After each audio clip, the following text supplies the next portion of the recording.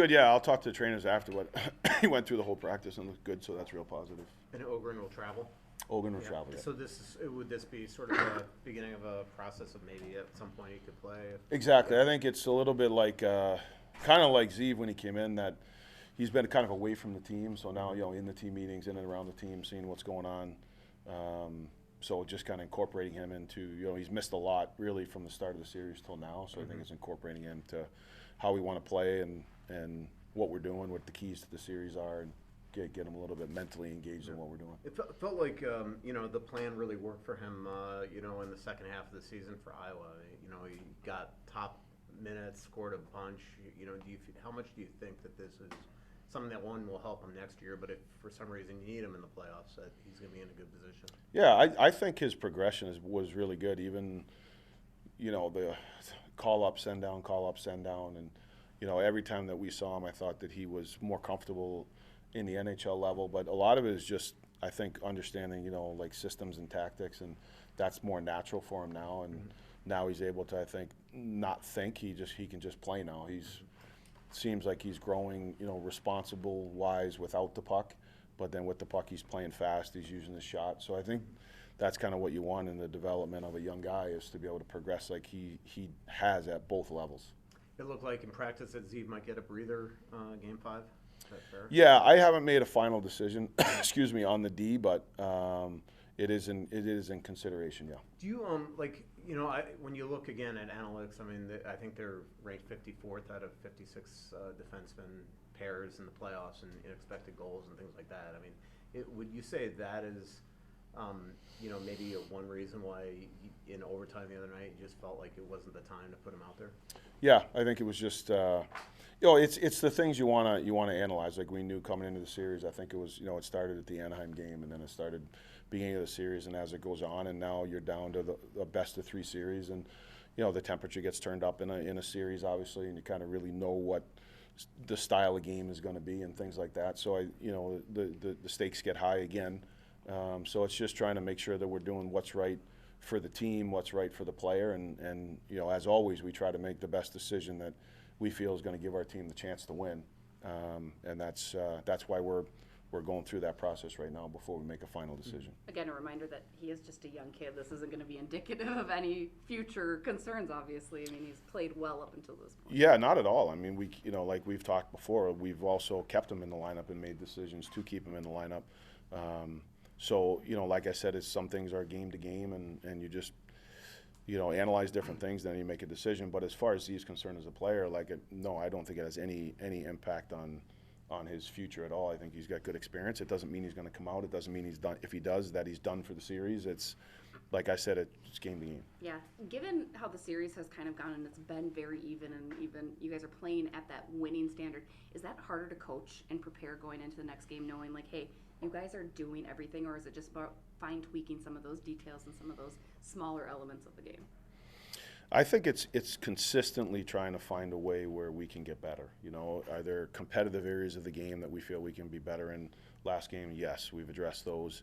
I think there's certain things that we believe are keys to us being really good, and are we doing them consistently enough, well enough, things like that. So it is tweaking and fine tuning. It's not like you're changing a lot of things, but every game presents something different. There's maybe a little bit of an adjustment that they make on some certain situation that you catch and you address with the team, but a lot of it is the identity that you're playing with, and is it consistent enough, regardless of the score, regardless of the situation, and I think that's what we've done as we've moved on through the series. John, with how competitive the series is and being even after 4, are these two teams more similar than dissimilar? That's a good question. I think there's some similarities in the fact that I think both teams are very conscientious without the puck. I think it's hard to generate quality offense. I think that both teams are willing to compete hard. Both teams are pretty disciplined. I think there's a lot of similarities in that way. I think there's some similarities in the way that we play. Some are a little bit different, but I think the mindsets of both teams are pretty close. Yeah. I asked that because everything that Vegas was supposed to be so elite at, this scary first line, they're big, they're tough, they have depth. Those are all 3 things you could say about the Wild too. This first line's been scary Foligno with the hits, Middleton with the blocks, and then your depth, your fourth line is scored. Yeah, I think that's a great point that we've had. We do think we have a really good team, and guys are playing at the level that they need to. But the same thing is we're getting contributions throughout the lineup, whether it's defensively or scoring or playing the way that we believe we need to play to be able to win. And we have some buy-in with that, and then we think because we have the buy-in and the commitment and everyone's on the same page, we have guys that have talent as well. So that's not to combat their strengths. That's how you're built to win on your own, regardless. Yeah, that's what we think. Yeah.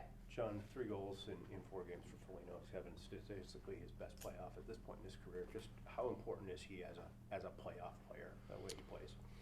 Well, he's very important because I think the attributes he plays with is built for playoff time. I think, but he's under control. When he finds times to get hits, he's getting hits. When they're not, he's not chasing it. He's not over emotional. I think he's really mentally engaged in the game. He's physically engaged in the game. He's playing the game and the style of game with his puck play that sets him up to be able to be a strong player.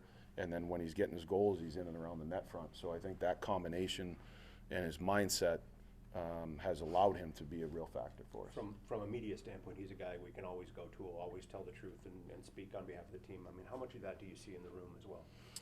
Yeah, I mean, Moose is an emotional, vocal guy. I think when you look at your leadership group and you look at your captains, they all bring something different. And Moose, as you guys see with the media, he's a guy that he's not afraid to say what's on his mind. And, he's a well-spoken kid, but he's the same way in the room, too. If something needs to be said, he does it. But he's an emotional leader, whether it's on the bench, in the room, whatever it might be. And that's what, I think that's what he brings in his leadership style. You mentioned guys built for the playoffs. How much is Trenton one of those guys too? He seems like you're very noticeable this series. That forecheck on Marco's goal too. I think it's the best you've probably seen him play this season. No, that's why we got him. Like, he's a playoff guy. In Nashville, he was one of our best players in the playoffs. And when the heat gets turned up and the games are physical, and that component of it is a major factor in the game. He rises to the occasion. I think it fits his style of game really well, and you can see the impact that he's making in the series, whether it's playing north fast, forecheck, physical, tough to play against, defensively responsible, all those things he's bringing to the table, and that's it's good to see because, we felt when you come in and whether it's down the stretch or in the Central Division or in the playoffs, you need guys like that in your lineup, and he's delivering for us at the most important time. Seems like some guys have been better at faceoffs too, like Erickson Neck too has been really good in the circle. Like, have you noticed anything about that, or anything tweaks you guys have made, or just guys just consistently just working at it? I think it's really digging in and understanding the importance of it, and sometimes it's easier too when you're not playing this center and then that center and this center. Usually when you kind of, for the most part, they're going to get there's 4 guys you're going against in the series. So whether that's being able to study it, tendencies, digging in, or over the course of a time, like you're going, was it now 5 games now, you're going against the same guy. So I think that's when I think your competitive nature, can take over. If you're getting wiped in the circle at some point in the game, it's not like you're moving on the next night to a different guy, or, matchups are a little bit stronger in the playoffs. So I think that helps as well. When you're so close to going up 3-1 and Doan, I mean, have you noticed, they all said the right things after the game the other night, but how have you noticed them off the ice in a couple days since? The business confidence level of just putting it behind them. Yeah, I think business as usual for us. It's we had an opportunity to win the game. We didn't win the game, but now we got a day out. We had a day off yesterday, which I thought was really beneficial, and then we came back to work, and now it's a best of 3. I think for us at this point in the time, the 2 days is probably good for us. Mm-hmm. You get a little bit of a reset. It's the first day they've had off in the whole series. We didn't have to travel, and now I think they come back today energized. We had a game plan for them, and now we move on to the next 3. So I think from that standpoint, it was beneficial, and we'll be ready to go. If there's no Zeev next game, Spurgeon was on the top power play last in the overtimes like that. Do you think that'd be your plan going forward if there's no Zeev, him or Faber on the top power play? Yeah, it could be. We're kind of working through that a little bit of what we would do, but at this point, I don't know 100% who would be up top. And Merrill, do you think having this much time off between games will be an issue, or it's just an injury and just come back? Yeah, I mean he's a pro, and he's been working and done it. He's got playoff experience. If he goes in, we would expect him to be at the top level. I mean, it's really two ways. It's when you're out of the lineup in your playoff series, you're one injury away or you're one lineup decision away. So, what he's been doing away from the rink and the work he's been put in should have him prepared to be ready to play. Do you think the overtime the other day almost showed you that you kind of had to go this route? Because, I mean, clearly you didn't feel comfortable rolling your 3 lefty there. So, I mean, and it probably tired some guys out. I mean, do you think that sort of was the final, like, we got to make a change here? I wouldn't say it was the final. It's part of I think a bigger decision, of just where our team's at, where the series is at, the style of game. Now you're going into a best of 3. It's more that than it was any particular situation. How's Midzi? I mean, have you talked to him, or you don't even? Who's that? Middleton after the mistake. Have you even do you even talk to him after that, or he just knows? Yeah, I mean, I'm not gonna. It's a tough play. It's nothing you can do about it. It's not like he tried, he meant to do it or anything like that. But no, it's not something that I think you dwell on. Yeah, you just make sure that, like, let's move on to the next one. There's nothing we can do about it now. So, from that standpoint, same thing with the game. You take the lessons out of it, and then you got to keep going. I mean, you look around the playoffs right now. I think there's only 2 series that are 3-1. Yeah, Some teams are up. Everyone in the West. Some teams are up 2-0. Yeah. It's parity. It's hard. For us, it's a race to 4. It's not a race to 3. It's a race to 4, and we got as good an opportunity as anybody. Good. Yep. Thank you. Thank you. It's the best out of 3 now, and got to find a way to win 1 at home and hopefully take care of it, or win 1 in Vegas and hopefully take care of it at home. So that's where we're at. And yeah. With how close it is, Mats, do you think these teams have more in common than they're dissimilar? I'm sure it's not looking in a mirror across the ice, but you guys, there's a lot of similarities, it seems like. I think they have their strength that they play to, and we have our strength that we try to play to, and that we had some games each, and we had some momentums in each game that we're taking advantage of, both teams. And like you said, it's real tight out there. It's 2 good goalies, and yeah, everyone's playing hard, and so it's what you expect in the playoff series. But everything they were supposed to be really good at, their first line, they're big, they have depth. That can also describe you guys. Yeah, I think so. I think we're 2 good teams, like I said earlier, and we had some depth scoring. They had some depth scoring.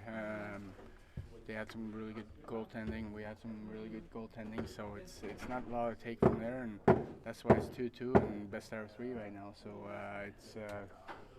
it's got to be you got to have find the right moments, take advantage of the right moments in these games when you have a chance. I think that's going to be key for us for sure. Statistically, Foligno's having his best playoff so far. Just how perfect is Marcus Foligno for playoff hockey? No, I mean, Moose, you like to have him on the team. He's great for us. We know what he brings to the team on and off the ice. So I think it's what I expect from Moose. As what I know him for. I know him for 5-6 years now. 6 years. How long have I been there? 6 years. Yeah, that's what you expect for him, and this is what you expect from Boldy, Kirill, and everyone. It's the playoffs, so I think we played a really good team game. When you're called upon to defend, you have to defend. When you're called upon to try and score, our top guys have done that. So I think that's why, like I said earlier, it's a tight series. They had some really good players as well and a good team. So it's the best out of 3. Starts tomorrow, so. We had some meetings and talks and adjustments whether we try to do it today, and then we go from there. Yeah, a couple weeks ago, or maybe 3 weeks ago, how much would you guys have just taken a 2-2 spot in the series right now? I think everyone takes a 2-2 after 2 games, and then you make it a best out of 3.